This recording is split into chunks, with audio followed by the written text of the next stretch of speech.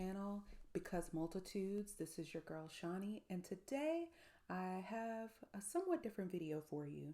Today I'm going to be talking about my 2021 budgeting model and methods, and I just wanted to share this with you and share some tips that have been working for me. So just to set the scene, I am not a financial advisor. I am only sharing what works for me. This model may not work for everyone, and I would highly suggest you find some books on budgeting, read some articles to figure out what mix will work best for you. But I have found that this is the mix that works best for me. I am definitely a natural spender. I am not a person who is naturally saving their money, and I have never really been that way. But during this global health crisis we have had in the past year, I really did buckle down and save quite a bit of money in 2020, and I wanted to carry that over into 2021. But I saw that there were some things that were missing and some things that I could do to better budget my resources. The first thing that I did recently was create a recurring expense tracker. Now, just for your information, I use an iPad Air 4, and this is the app GoodNotes 5. GoodNotes is basically a digital note-taking app. I have several notebooks in here. I don't really use paper notebooks anymore just because the functionality, utility, and the ability to mix it up is like endless digitally. You don't need an iPad to get started with this method. This is just the way that I keep my notes. You may want to, if you have pen and paper, that'll work as well. This is just what has worked for me since I am already used to using my iPad to take notes. So one of the things that I do want to mention is that GoodNotes 5 has what is called an accounting template. So if you go to the More from Template section, you'll see that there's a couple of accounting options. I've used the first option, and I may not have used this template in the way that it was designed, but this has worked for me so far. So what you see right now is a sample recurring expense tracker. These are not my expenses, but this is just to give you an idea of what this expense tracker could look like. So I'm just gonna zoom in here for you all. The first thing I listed is date. I really need to know what is coming out and when. And what I did was I went through my banking app and scrolled all of those expenses and all of those withdrawals. And then anything that I know that happens on a recurring basis, on a monthly basis, or, consistent basis, biweekly, whatever it is, I wrote that down. So now I have an idea of where my money is going. You don't know where to put your resources if you don't know where they're already going. So I think this is a critical first step. So I have the date, I have who the payment was rendered to, and then the total amount due in the third column, and then the balance. So balance includes two different things: what I actually paid towards whatever the expense is that is listed, as well as any remaining balance for those listed expenses. And in the last column, I put interest rate here. So if you are lucky enough to not have any loans or any credit card debt or anything of that nature, the interest rate column won't be necessary for you. But for me, I have a car note. There's an interest rate. I have student loans. There are interest rates. So one of the things that is known to help people save is what is called the snowball method. So you pay off smaller debts first so you can build that momentum and then use that momentum in tackling larger debt amounts. But one caveat is that you should definitely focus on paying down debts that have higher interest rates, because the sooner you pay them off, the less interest you'll owe, which means money that is in your pocket. So if you need to prioritize debts, you can do so by your interest rate. So on the sample recurring expense tracker, for example, I have that our rent is due on the 5th. The total due is $1,000. If you paid $1,000, then your balance would be zero for the remainder of that month. And then let's say you have a credit card payment that's due on the 13th. So you owe 75, you paid 75, your balance is $1,180.62, and your interest rate is 13.72%. I would recommend that this is the debt that you tackle first, since it has a much higher interest rate than anything else listed here on your recurring expense tracker. And this really helped me figure out, okay, where is my money going on a monthly basis? And then when I knew where my money was going, it was easier to take whatever disposable income was left after that and allocate it and save it towards expenses that I needed to save for. So I may not know when those expenses will arrive, but I do know that by saving for them in advance, I'm giving myself a cushion so that I don't bust my budget in the future. So this is a sample recurring expense tracker. I highly recommend this method. Literally just go through your bank statements, write down everything that's recurring, write down the date that it's due, and then reorder all of those expenses by the date. So you start at the first and you end at whatever the date is for the end of the month. And then based on that, you can see, okay, for this first pay period, I know these bills will be due. I can subtract that information out of I can subtract that amount out of my gross income, and then I know what I'll have to work with thereafter. So I did a couple of things. I created sinking funds and a sinking funds tracker. This is one that I created just based on how my brain reads information. This works for me. And then I also created a cash envelopes funds tracker. So you all are taking this journey with me because the only cash envelope that I allocated for myself for my last paycheck was spending. Now I'm breaking out gas, groceries, eating out, miscellaneous, and spending. And this is really going to help me keep in check any spending for the next couple of weeks because I get paid twice a month. So I get 24 paychecks a year. So this is what I'll be allocating to each category. Now, gas is $60, and that may have to change because gas prices have gotten increasingly expensive lately or as of late. But these are the things that I will allocate to myself in cash. And then when I go to the grocery store, I'm not pulling out a card, I'm pulling out cash. For me, there's much more of a psychological intentionality in paying with cash as opposed to cards. So cards, I can swipe a card all day, not even think about it again.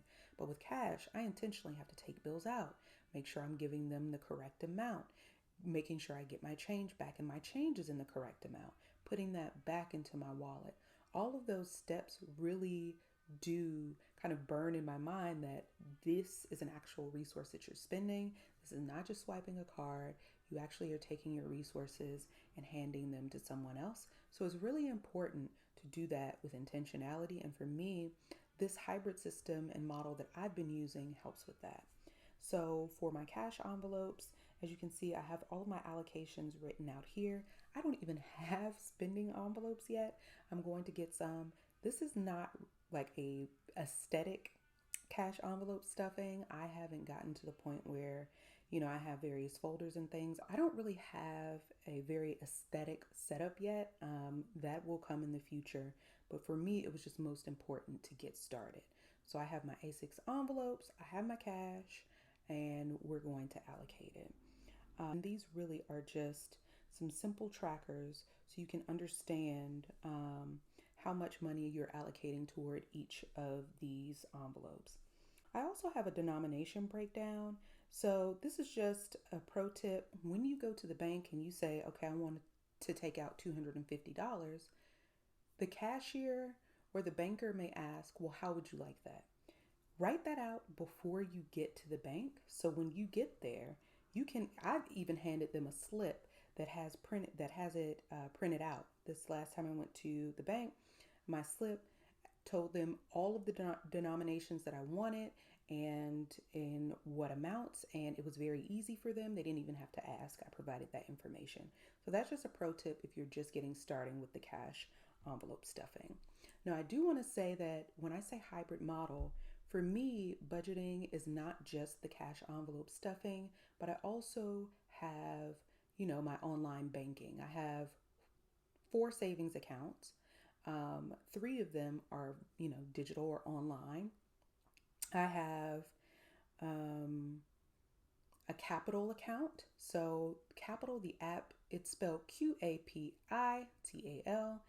It is really cool in that it sets up rules for you. So it has a 52-week savings challenge, and it does that math for you automatically. So you're not having to think, okay, let me transfer $1 this week to savings or $12 this week, and keeping up with the weeks for you. It does it itself. So I find that really handy, and I really like the rules you can set up. So I use Qapital. I also use Digit, and Digit is a savings app that basically squirrels away money for you based on an algorithm this app builds based on your spending. And so I've used Digit for 3 different accounts. I have a debt snowball set up with Digit, which I absolutely love. And we can get into debt snowballs in another video. I also have a rainy day savings account and an emergency fund with Digit as well. So if you're interested in checking out either of those apps, I will leave my referral link in the description box. And with a lot of these apps, if you provide a referral, both of you get some type of incentive. So I really hope if you decide to check those apps out because of this video, you click those links and check out setting up your own Digit account or your own Qapital account. And outside of that, I also set up sinking funds for 2021. Sinking funds for me, there are 3 different scenarios in which I save or create a sinking fund. It is for an expense that you know you'll have, but you may not necessarily know when you'll have it. So for me, car maintenance would be an example of a scenario like that. I know that I'll need brakes at some point. I'll need tires.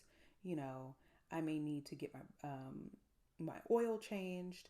But instead of that coming out of a paycheck and it coming out of a paycheck and I'm not prepared, I've already saved towards that.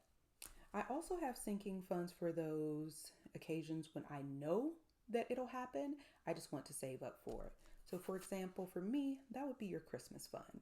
So I celebrate Christmas. I love buying gifts for my family and friends. And so instead of it being, October 31st and on Halloween, I'm like, dang, Christmas is only a couple months away. I only have like 4 weeks to save for Christmas or 6 weeks. We're going to save now. And I can assure you I've never done this before, but I'm really excited that I'm saving for Christmas already. And then the last type of fund that I created sinking funds for are like general savings or emergency funds. So for my emergency fund, I am putting aside, or my first goal is $3,000.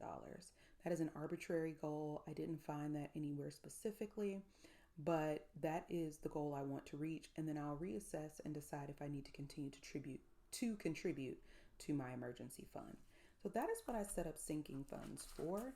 And I'm going to stuff those envelopes, and then I'm going to set aside the cash for my cash envelopes. Like I said, I don't even have spending envelopes yet for stuffing my cash envelopes, but I will set that money aside. So for this paycheck, I withdrew $618 from my bank account. So what I'm going to do is count the amount that I withdrew to make sure it's all here. 100, 50, 250, 270, 290, 310, 330, 350, 370, 390, 410, 430, 450, 470, 490, 510, 530, 550, 560, 70, 80, 90, 5, 600, 5, 10, 11, 12, 13, 14, 15, 16, 17, and 18. So we do have all $618 accounted for here. So the first thing I'm going to do is to withdraw or to set aside money for my cash envelopes, for my cash envelope categories. Now, you may want to change up your categories and may find that you have a couple of other things that you like to set money aside for every month. I would highly encourage you to do that, or excuse me, every pay period. Whatever works for you. These are just the cash envelope categories that I decided to save for. So before I set that money aside, I am going to set up all of my dollar bills in their denominations so that I can easily retrieve them to stuff envelopes.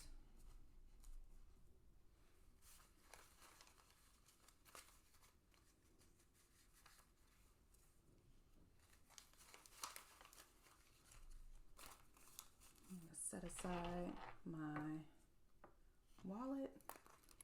I'm going to push my envelopes out of the way, and then we can go ahead and get started with the setting aside. For me, this isn't a very fancy setup. It's definitely not very aesthetic, but it was more important for me to get started than what my setup looked like. I will get, other tools as I continue in this journey, but for right now, this is what's working for me. So right now, gas is going to get $60. I'm just going to do some 20s. So we have $20, $40, $60 for gas. I'm going to put this aside. Remember, I don't even have spending envelopes yet, but I'll be getting some soon. Groceries, we're getting $50. So I'm just going to do a $50 bill. And I will also track the balance. So right now, the balance in these envelopes is what is being deposited right now. So we have 60, and then we have 50 for groceries. Eating out is going to get $40. So I'm going to do 120, 110, 15, and 5 ones.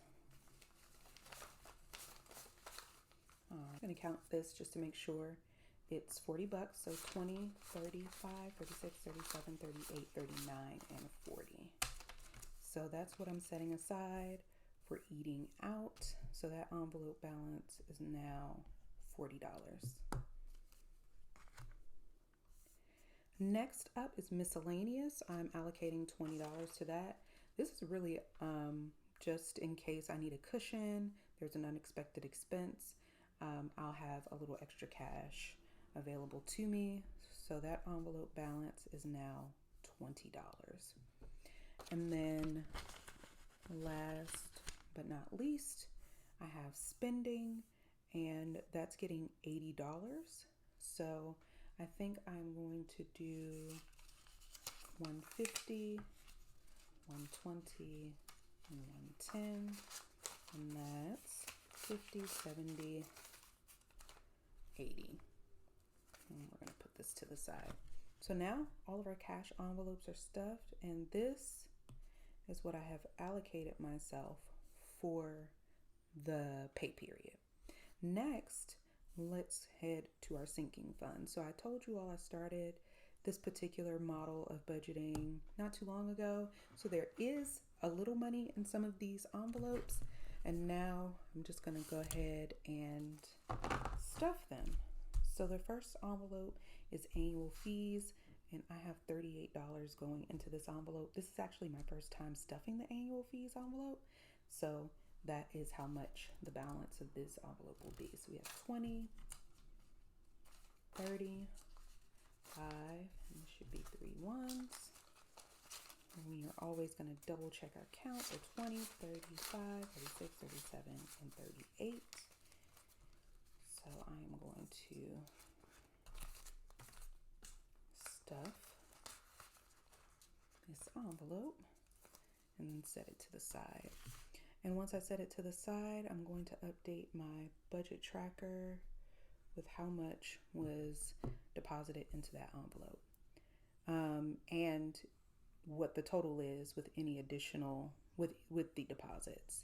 So next is car maintenance. Car maintenance, it says $20 per pay period, and that is the same on my budget tracking form. So I'm just going to do another $20 bill, and this is $20, $40, and $60. So we're going to stuff that envelope and set that to the side. Next is Christmas. Again, I'm really excited about saving money for Christmas so early. So we're going to do $20 in our Christmas envelope, and that will put us at a balance of $20, $40, $60. So then, of course, I didn't do the one before, so I'm also going to fill out the car maintenance and Christmas. Christmas now has $60. Emergency fund will be getting $25 this pay period. So I'm going to do a 20 and a 5. And then I'm going to add that to what is already in this envelope. So, and then I'm going to count my total. 20, 40, 60, 80, 90, 100, 5, 10, 15, 16, 17, 18, 19. So our emergency fund is already $119. This is really exciting. I know most of the videos I see, everyone gets excited about their 1K slips, and I'm sure I will too. But to just start and see some of these funds over $100 really is gratifying.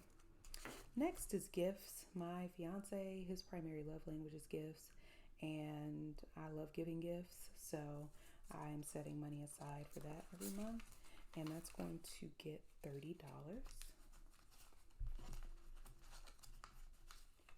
So we have those in order, and now we have $20, $40, $50, $60 in gifts.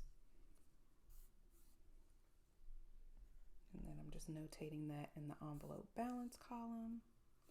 Next is home maintenance. So let's close our gifts envelope. Next is home maintenance. So home maintenance is getting $20 this pay period. And this is for, maybe you have a landscaper, or you need to change the air filters in your HVAC system, or, you need pest control to come out. You'll have money set aside for that already. So in our home maintenance envelope, we have 20, 40, and $60.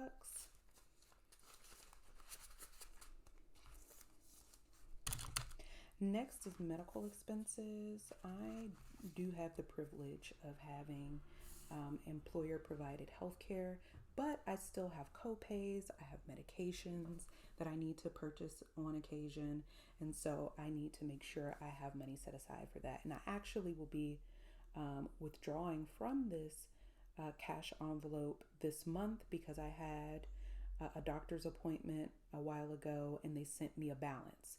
So I have a balance that I need to satisfy. And even though this is the whole purpose of these sinking funds, so when those things do come up, you're not busting your budget.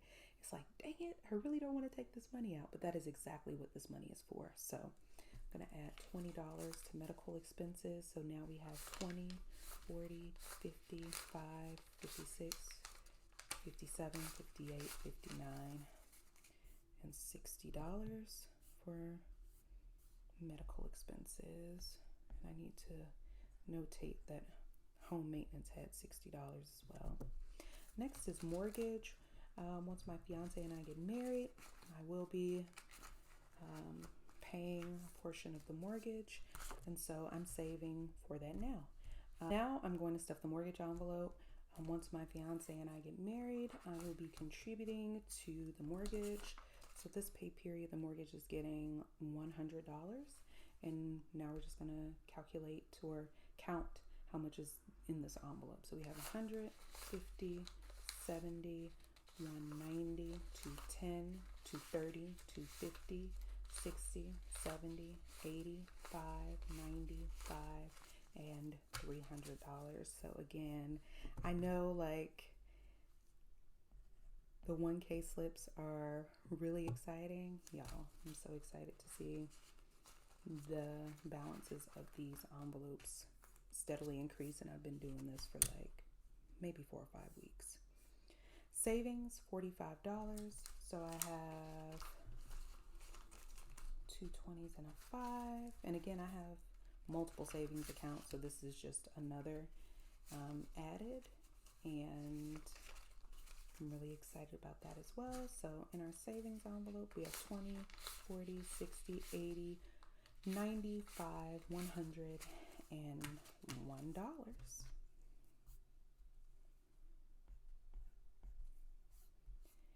And last but certainly not least, we have vacation and travel.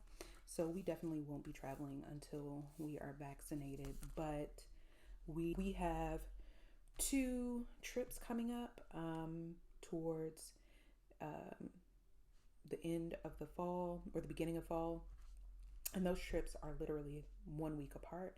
So we're definitely trying to save now for that, so it's not such a hit to our budgets when that time comes. So I am adding $50 to travel and vacation, and I'm going to count that envelope. So we have 70, sorry. So we have 50, 70, 90, 5, 100, 5, 6, 7, 8, 9, and 10. So we have $110 in our travel and vacation envelope. So I know you may, be watching some of these cash stuffing videos and you're like, man, they are stuffing a lot of money in these envelopes. Look, we have to start somewhere. As you can see, my balances are very small for these types of videos right now that I've seen, but that's okay, because the whole point is you have to get started, right? And so these balances represent the fact that I have been focused and I have been saving, and I've only been doing it for maybe 4 or 5 weeks, y'all, and I'm having $100 balances, a $300 balance in one envelope, which is amazing. Don't be discouraged. I hope this video was informative and was helpful, and that you got a sense of how I set up my budget in addition to the cash stuffing. So if you're interested in more videos like this, please let me know by subscribing and leaving comments. And if you like today's video, please leave a thumbs up to let me and the wider YouTube community know that you found this content enjoyable. And until next time.